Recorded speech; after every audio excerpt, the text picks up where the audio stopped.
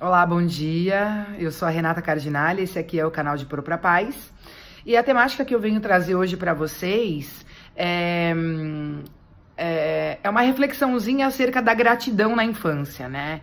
Da importância de nós fomentarmos a gratidão, né, nas crianças, no dia a dia delas. E não só a gratidão por ser quem são ou por terem a família que têm, mas a gratidão por possuírem os materiais que possuem. Parece uma bobagem o que eu tô falando, né? Mas como uma criança vai ser grata por aquilo que tem? Sim, desde pequeno nós precisamos ensinar as crianças que cada uma das coisas que elas possuem possui um valor. E quando eu falo de valor, eu falo de dinheiro mesmo, eu falo de custo, né? Quanto custou aquele determinado objeto. E por que eu tô falando isso? Porque a gente percebe que nos dias de hoje, os pais, né, com uma necessidade muito grande de cumprir essa carência que eles acreditam que os filhos possuem, pela ausência desses pais, né, ou pela dificuldade desses pais de se fazerem presentes, até quando estão presentes, por muitas vezes eles compram coisas e dão coisas com o intuito de sanar aquela ausência, né? Com o intuito de justificar aquela ausência. E aí, por que eu tô trazendo isso, né?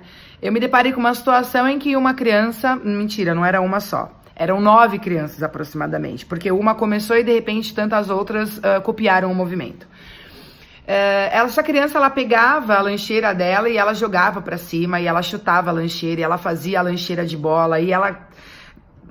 Enfim, arrebentava com a tal da lancheira. E aí quando eu falei pra eles, poxa, mas por que vocês estão fazendo isso, né? Por que vocês estão jogando a lancheira pra cima? Ah, a gente tá brincando de bola. Eu falei, ué, mas não é uma bola, né? Esse objeto não representa uma bola. Ah, não, mas é que a gente quer jogar futebol. Não, eu entendo que vocês queiram jogar futebol, mas agora não é o horário do futebol, né? Agora é o horário da refeição de vocês. Então vocês precisam fazer a refeição de vocês. Foi pra isso que vocês vieram.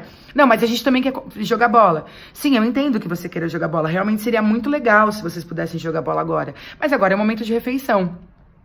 Ah, é por isso que a gente tá jogando, né? E chutando a bola. E aí eu fiz uma pausa, né, e falei, mas você sabe quanto custa uma lancheira dessa? Você sabia que para essa lancheira chegar na sua mão, alguém precisou trabalhar para adquirir dinheiro para comprá-la? Né? Aí uma das crianças fez assim, ah, não, a minha mãe não trabalha. Quem comprou foi meu pai. Sim, houve um esforço por parte do seu pai de comprar esse material. Não, mas a lancheira ela veio de graça junto com a mochila. Aí eu falei assim, não, ela não veio de graça junto com a mochila. O valor da lancheira está embutido no valor que seu pai pagou pela mochila toda.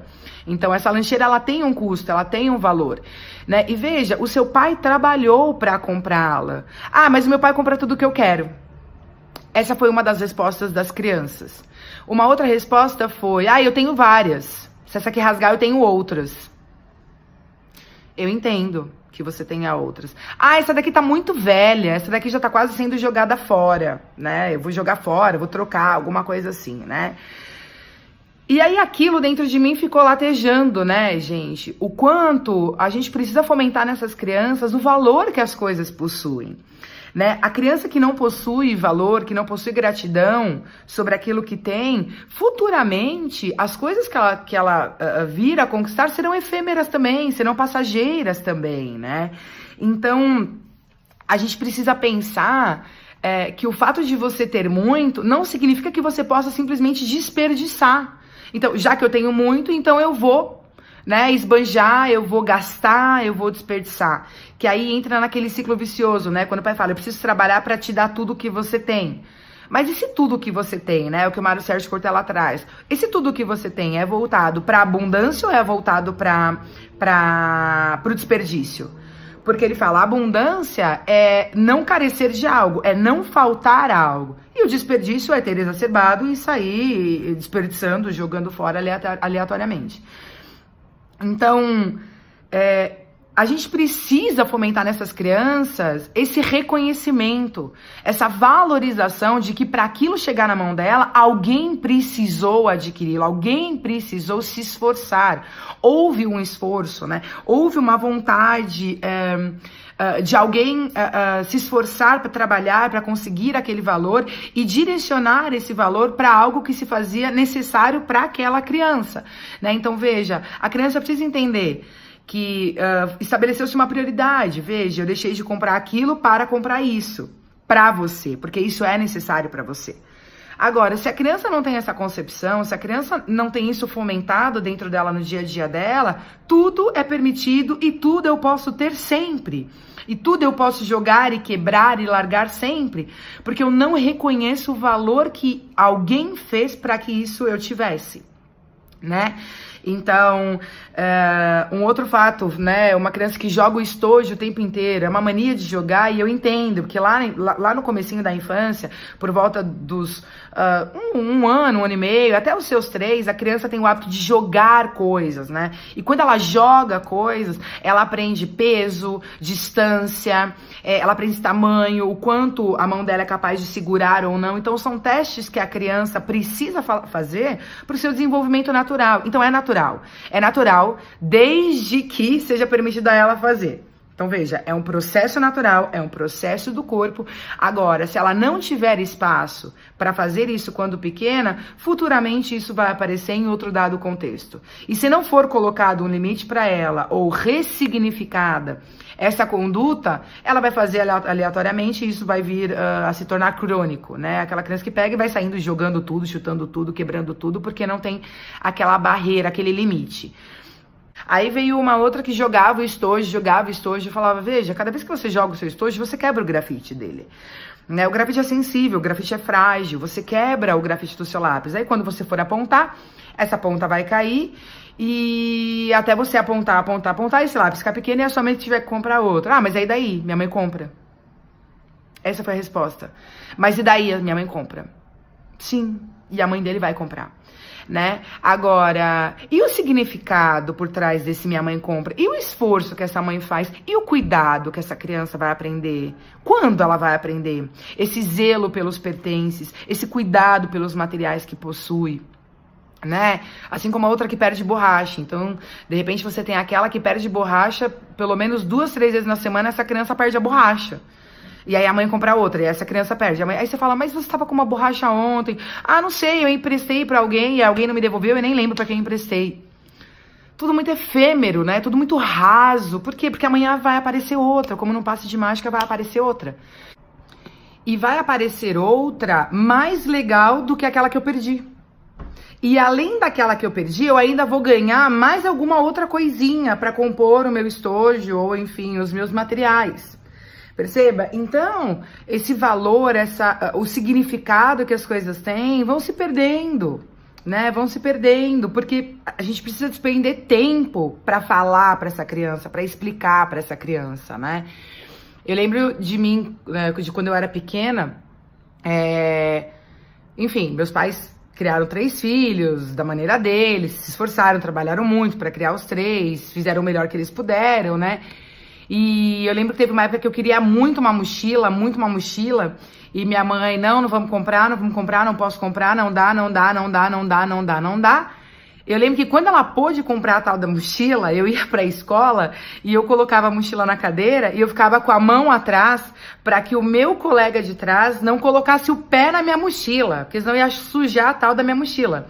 Era uma mochila de jeans, com a borda, assim, de corinho, alguma coisa assim. Mas eu lembro que eu colocava a mão na mochila, como quem diz, o carinha de trás vai botar o pé na minha carteira e vai sujar minha mochila nova. Então, são essas coisas, esse tipo de significado que eu acho que vale a pena a gente fomentar nessas crianças, né? Não deixar as coisas serem simplesmente assim, compra, gasta, quebra. Porque uma coisa é você fazer isso quando você é adulto, quando você tem condições, quando você tem referência, quando você pode se arrepender e falar, ai, que idiota que eu fui, por que eu fiz isso, meu Deus, que desperdício, né? Vira e mexe, eu faço isso comigo mesma, de olhar e falar, ai, Renata, desnecessário o que você fez. Né? Uma coisa é quando você tem referências e você escolhe. A criança, se ela não tem referência, ela não tem poder de escolha. E aí isso é um crime. Né? E aí isso é uma maldade, é uma crueldade com ela. Né? Ela não ter poder de escolha. Então ela age achando que aquilo é natural, que é normal. E não é. Quando a gente tem referência, a gente pode dizer, não é por aqui. caramba, errei de novo, nossa, que desperdício, que desnecessário.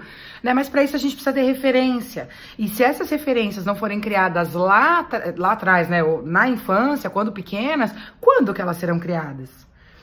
Né? Quando a gente vai precisar, a criança vai precisar crescer, virar um adulto, perder tudo, quebrar tudo, ou viver de uma forma relapsa, desmazelada, largada, para entender, para criar uma referência. Será que a gente não facilita a vida desse indivíduo se lá atrás a gente fala, ó, isso aqui custa dinheiro, isso aqui teve um trabalho para ser feito, isso aqui precisa de um cuidado maior, até para valorização do trabalho do outro, né?